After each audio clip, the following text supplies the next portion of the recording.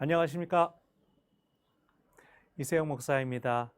GQS 12월 첫째 주 시간입니다. 이번 주를 마지막으로 이번 학기는 셀들이 종강에 들어가게 되죠. 올해 찍는 마지막 GQS 영상입니다.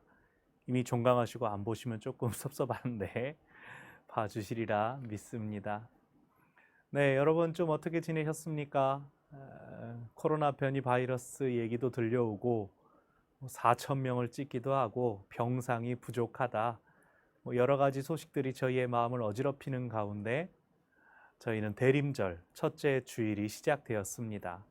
주님의 오심을 기다리면서 교회는 새해를 맞이하기 전에 먼저 새로운 출발을 시작했습니다. 많은 분들이 예배의 자리를 찾고 계시고 또 그 가운데 분주하게 저희 스스로를 정비하는 가운데 있습니다. 아무쪼록 셀 모임을 통해서 또 성도 여러분들이 서로를 권면하고 다독이며 이 시간을 통해서 일하신 하나님, 그리고 앞으로도 우리와 함께 하실 하나님을 살펴볼 수 있기를 바랍니다.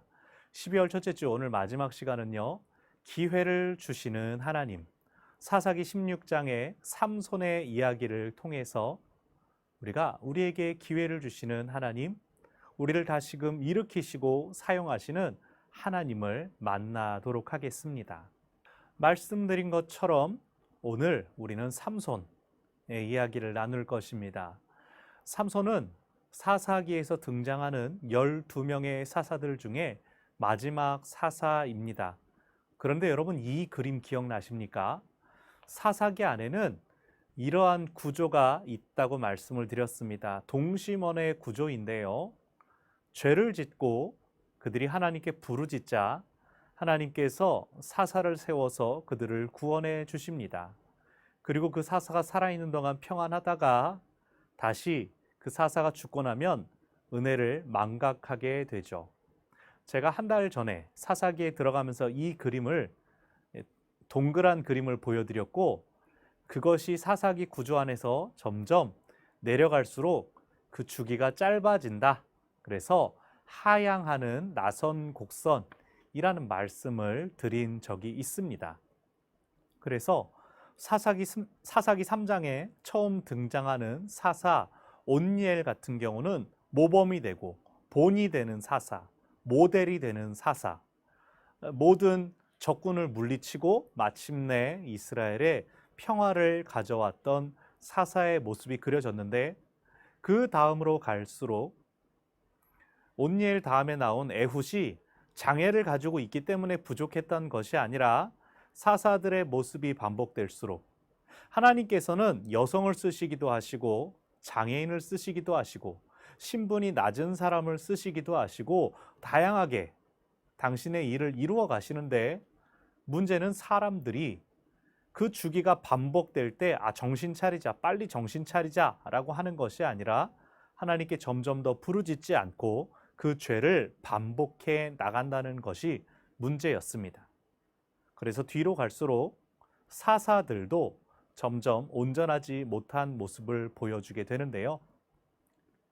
오늘 본문에서 함께 살펴보는 사사 삼손이 가장 대표적인 예입니다. 사사기에서 가장 마지막으로 등장하는 사사는 삼손입니다. 삼손은 지금 이 옆에 그림으로 치면 가장 바닥에 있는 부족한 사사입니다. 그러나 삼손은 다른 사사들에 비해서 아주 특별한 탄생을 가지게 됩니다. 그가 태어나기 전에 하나님께서 그의 부모에게 먼저 나타나십니다. 내가 너희들에게 아이를 주겠다. 그 아이에게 특별한 사명을 주겠다.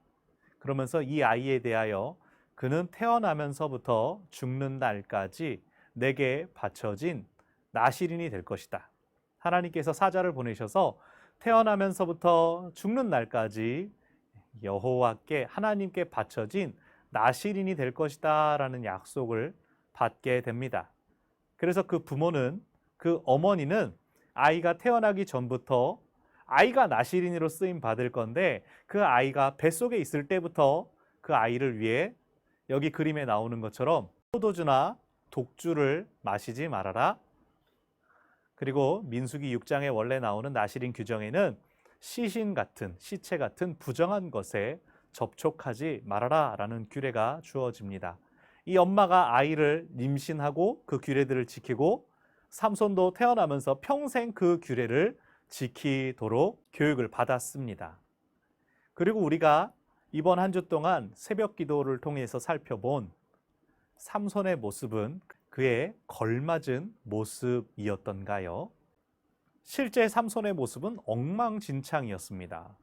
이전의 사사들과 짝을 찾아볼 수 없을 정도로 삼손은 자기 마음에 오른 대로, 자기 소견에 오른 대로 움직이고 행동했습니다. 16장에 이르기 전까지 삼손의 모든 행동은 하나님을 위해서 혹은 민족을 위해서 행한 것은 전무했습니다. 순전히 자기가 마음에 드는 여자랑 결혼하려다가 그것도 그 여자가 블레셋 사람이었고 그것이 수틀리게 되자 혼자 깽판을 치는, 그래서 삼손은 이전의 사사들이 군사령관, 지휘관, 드보라처럼 선지자, 재판관의 역할을 감당했던 것과 달리 삼손은 테러리스트의 모습을 보여줍니다. 그런데 그 테러리스트로 인해 이스라엘 사람들이 환호하고 그를 응원했는가 하면 또 그렇지 않습니다. 오히려 그가 블레셋 사람들과 트러블을 일으키는 게 불편해서 동족 이스라엘 사람들 중에 유다 지파 사람들이 그냥 네 한 사람 묶여가자 라고 삼손을 설득하는 일이 15장에 나오기도 합니다. 이토록 삼손은 누구에게도 인정받지 못하고 그러나 그 자신이 그것을 갈구하지도 않고 막 살았습니다. 어떤 일이 있었습니까? 우리가 잘 알고 있는 일화들이 있습니다. 삼손이 길을 가다가 사자를 만났죠. 어떻게 했습니까? 사자를 때려잡았습니다. 그의 괴력을 보여줬습니다. 그건데 나중에 지나가다가 그 사자가 건조한 팔레스타인의 기후에 노출되어서 시체가 바싹 마르고 그 바싹 마른 시체 안에 내부에 습한 곳에 벌들이 집을 짓고 거기에 꿀을 모았습니다. 그래서 삼손이 그 꿀을 따서 자기도 먹고 부모님도 갖다 드리죠. 어떻게 되었습니까? 사사의 시신에 접촉했습니다. 그리고 그 접촉한 시체에서 딴 꿀을 부모님을 먹여드립니다. 그러니까 나실이는 부정으로부터 자신을 지키는 자여야 하는데 삼손은 자기가 부정을 저지르고 그 부정을 다른 사람들한테 전하는 일을 했다는 것이죠. 이렇게 부정한 것에 손을 대지 말아라 라고 하는 그 정결례를 어기게 됩니다. 그리고 삼손의 일화에서 등장하는 것, 잔치를 벌입니다. 결혼식 때문에 술을 마십니다. 포도주를 입에 대는 것이죠. 그래서 삼손은 나실인으로 분명히 선택받고 구별되었지만 실제로 그는 그것들을 지키지 않는 것을 보여줍니다. 자, 보십시오. 삼손은 그렇다면 나실인이었는가? 하나님께서 사사를 세울 때 의도하신 것처럼 구원자였는가? 많은 사람들을 옳은 대로 돌아오게 하는 지도자였는가? 아니다. 삼손은 전혀 이 역할에 부합하는 인물이 아니었습니다. 그것은 아까 보여드린 이 하향하는 나선 구조의 정점을 찍는 모습이기도 했습니다. 과연 하나님께서는 삼손을 통해 무엇을 기대하고 계실까요? 놀랍게도 하나님께서 삼손과 함께 하시는 다른 사사들에게선 드물게 나타났던 증표가 여기에 가장 많이 나타납니다. 루ach 예호와. 루ach 예호와. 여러분, 말씀을 많이 읽으신 분들은 이미 아실 것입니다. 영, 아래는 하나님. 그래서 삼손이 개인적인 복수심과 분노를 표출할 때조차 말씀에 꼭 이 단어가 나옵니다. 개역 한글, 우리가 기존까지 사용하던 개역 한글 버전에는 여호와의 신이, 그리고 개역 개정 성경에는 여호와의 영이 그를 붙드셨다. 그런데 단순히 삼손이 감동되었다라고 하는 것이 아니라 여호와의 영이 삼손을 붙잡고 흔드셨다. 다소 과격한 단어들, 동사들이 삼손 이야기에서 사용됩니다. 기드온도, 입다도 하나님의 영에 감동되었습니다. 그러나 유독 삼손은 하나님의 영이 그 짐승 같은, 테러리스트 같은 그를 붙잡고 하나님의 일하심을 드러내는 통로로 사용하셨다.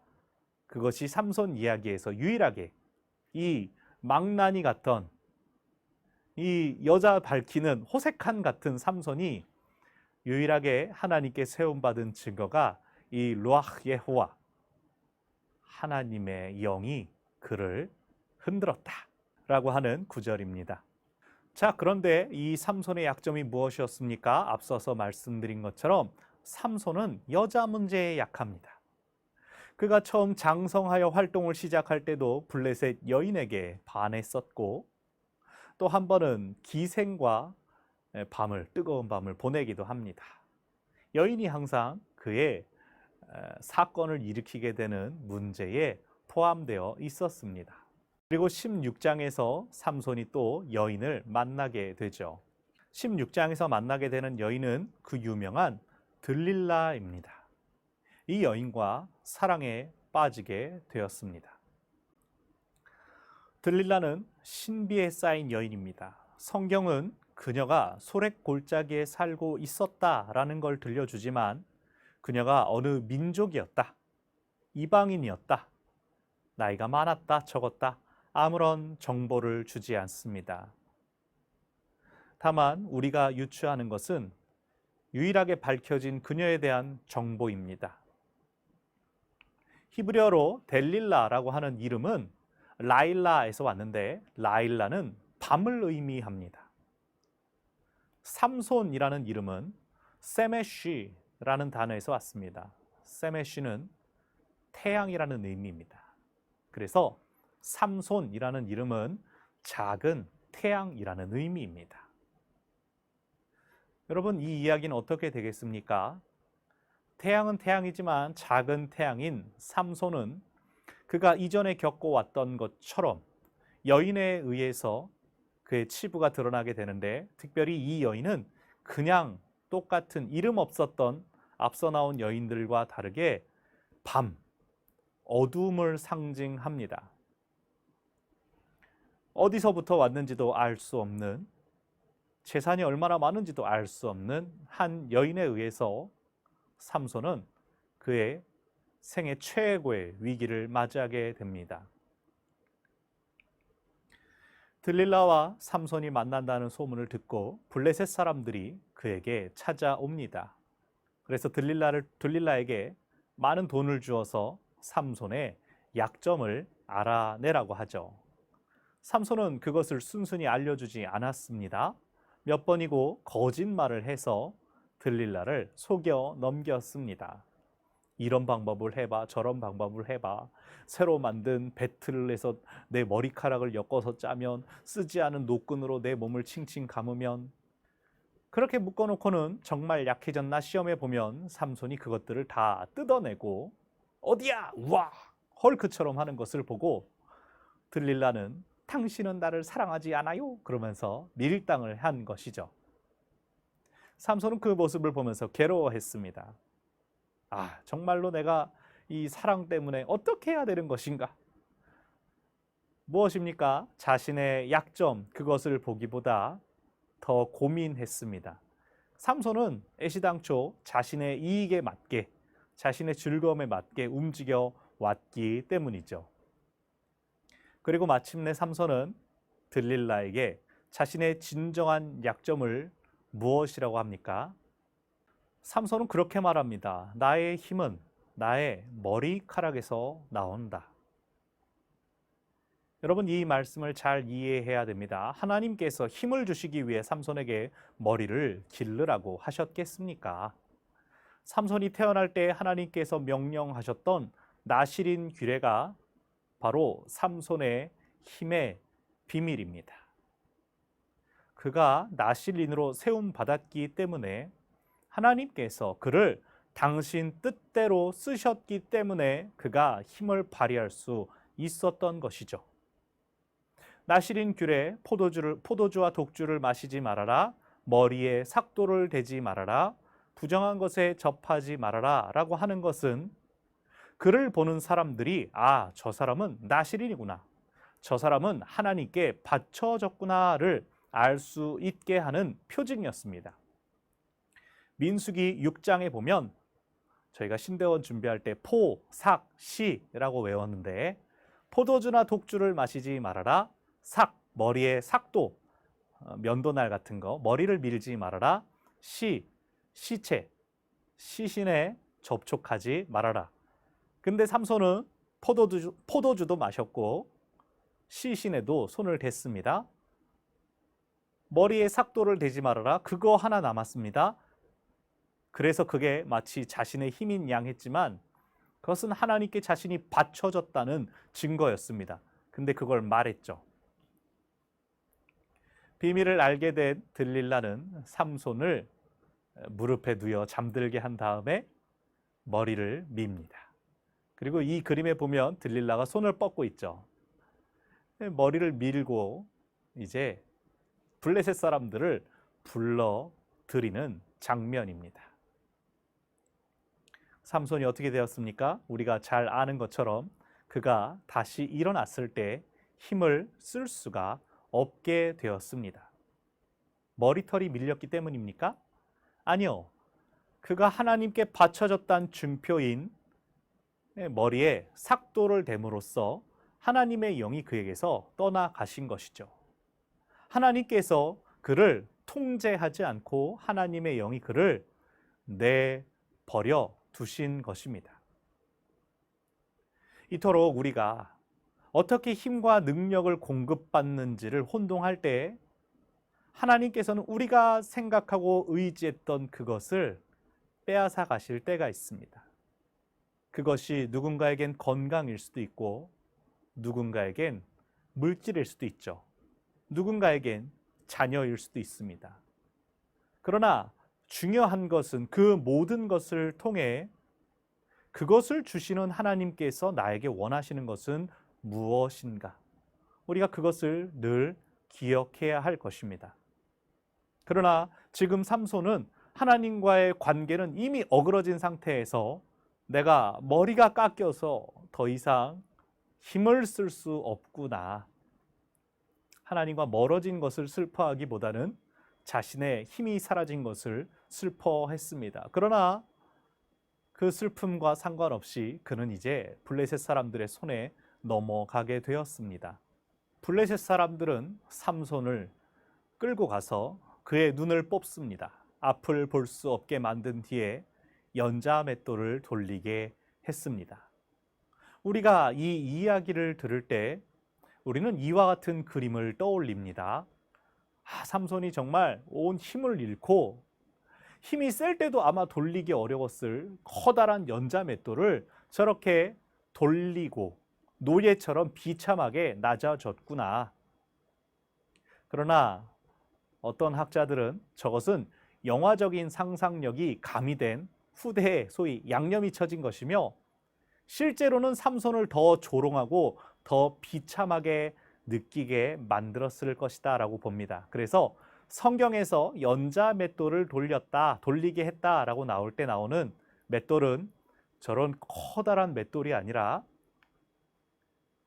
우리나라 거랑 비슷하게 생긴 맷돌입니다. 여기 어이가 보이는군요. 이 손잡이를 잡고 앉아서 가운데 곡식을 넣고 돌리는 겁니다. 삼손은 힘이 강한 용사였고 장사였지 않습니까? 그런데 이 맷돌은 여성들이 주방에서 사용하는 물건이었습니다. 고대 근동에서 여성들의 이런 물건을 남자가 사용한다는 것, 그것도 삼손처럼 자신의 힘과 용력을 자랑하던 사람에게는 엄청난 수치로 여겨졌습니다. 기억하십니까? 9장에서 아비멜렉이 여인이 던진 연자 맷돌 윗짝에 머리를 맞았다라고 할 때 이 윗짝입니다. 그걸 맞았을 때 수치스러운 죽음을 맞기 싫어서 내가 여자의 손에, 여성의 도구에 의해 죽었다는 것이 알려지지 않도록 나를 칼로 찔러 죽여라 라고 시종한테 얘기하는 장면이 나오죠. 그래서 여러분 오늘 본문을 볼 때도 마찬가지로 블레셋 사람들은 삼손에게 야 어디 이걸로 너의 힘자랑이나 해라, 그러면서 이 맷돌을 돌리고 있는 삼손을 조롱한 것입니다. 이런 일이 왜 벌어졌습니까? 그가 하나님을 떠났기 때문이죠. 하나님과의 관계가 끊어졌을 때 이렇게 우리에게 수치가 찾아옵니다. 조롱이 찾아옵니다. 죽는 것보다 못한 것 같은 삶이 찾아옵니다. 하나님과의 관계가 우리 삶의 해답이며 해법임을 기억하시기 바랍니다. 기회를 주시는 하나님이라고 말씀드렸죠. 오늘 16장 22절은 놀라운 은혜를 끼쳐줍니다. 삼손의 머리털이 다시 자라기 시작하니라. 이 말씀이 왜 은혜일까요? 민수기 6장, 나실인에 대한 규정이 나와 있는 민수기 6장에서는 나실인의 규정을 이렇게 이야기합니다. 나실인은 본래 레위인이나 제사장이 아닌데 내가 하나님의 일을 너무 하고 싶어서 하나님께 헌신할 수 있도록 하는 제도가 나실인 제도입니다. 그는 하나님의 일을 하기 위해 일정한 시간을 정하여서 그 기간 동안 아까 말씀드린 것처럼 포도주나 독주를 마시지 않으며 머리에 삭도를 대지 않습니다. 시체, 부정한 것에 손을 대지 않습니다. 나실인으로 서원을 하게 되면 일상적인 잔치에도 참여할 수 없습니다. 장례나 혹은 시체에 접촉할 수가 없습니다. 그러나 부득이하게 부모님의 상이라든가 이 규례를 어겨야 되는 때가 있을 수가 있죠. 사람이 살다 보면 이런저런 일들이 있지 않습니까? 그랬을 때 그 사람의 나실인 제도를 빼앗아 가는 것이 아니라 일시적으로 그가 나실인 서원을 중단하게 합니다. 그것은 어떻게 하냐면 중단하고 부정한 것, 예를 들어 장례를 치르고 다시 나실인으로 다시 세움을 받을 때 그는 오랫동안 방치했던 머리를 밀고 다시 하나님께 나아가게 됩니다. 여러분 이해가 가세요? 삼손의 머리가 블레셋 사람들에 의해서 수치스럽게 밀렸지만 하나님께서는 그것을 삼손의 재헌신의 기회로 만들어 주신 것입니다. 그는 앞을 볼 수 없고 이전처럼 용맹하게 적들을 찾아 물리칠 수는 없는 몸이 되었습니다. 그러나 하나님은 그의 머리털이 다시 자라나는 그 모습을 우리가 주목하게 함으로써 삼손이 진정으로 하나님께 헌신할 수 있는 기회를 받은 것을 말씀 안에서 발견할 수 있습니다. 그 다음의 이야기를 여러분 너무나 잘 알고 계시죠? 블레셋 사람들은 삼손을 좀 더 공개적으로 공공연하게 비난하고 조롱하기 위해 수치를 주기 위해 다곤신의 신전에 모여들었습니다. 그리고 그곳에는 3,000명이 넘는 사람들이 모여들었다고 성경은 기록하고 있습니다. 삼손은 앞을 볼 수 없었기 때문에 자신의 길을 인도하는 아이에게 이 성전의 중앙 기둥으로, 이 신전의 중앙 기둥으로 나를 인도해 다오라고 부탁합니다. 그 이유는 무엇이었죠? 삼손은 그 기둥을 붙잡고 기도했습니다. 하나님이여 내게 힘을 주사 나와 함께 이곳에서 이 원수를 갚게 하옵소서. 평생에 자기 하고 싶은 대로 살았던 삼손은 앞을 볼 수 없어진 그리고 전쟁 포로인 비참한 상태에서 진정으로 하나님을 찾고 그가 평생 피해 다녔던 진정한 사사의 역할을 감당하고자 하나님께 힘을 달라고 기도했습니다. 그리고 그가 기둥을 힘주어 넘어뜨렸을 때 그곳에 있던 사람들 3,000명이 삼손과 함께 죽임을 당했다라고 성경은 기록하고 있습니다. 이 사건은 참으로 재미있습니다. 싸우러 나간 사람들이 자신의 몸을 돌아보지 않고 싸우는 것이 마땅하지만 이곳에서 삼손은 내가 저들과 함께 죽겠습니다. 그것으로 나의 사명을 감당케 하여 주십시오 라고 기도해서 응답받은 사건입니다. 마지막 사사로 그는 그의 생전에 무찔렀던 적들보다 더 많은 사람들을 무찌릅니다. 그런데 여러분, 처음에 그림 기억나십니까? 하나님께서 사사를 통해 구원해 주신 다음엔 또 한동안 그 사사의 생전에 그곳을 평안케 하시는데 삼손이 함께 죽었습니다. 과연 남겨진 사람들에게는 평안이 있었을까요? 그것은 우리가 말씀을 계속 묵상해 가면서 살펴볼 것입니다.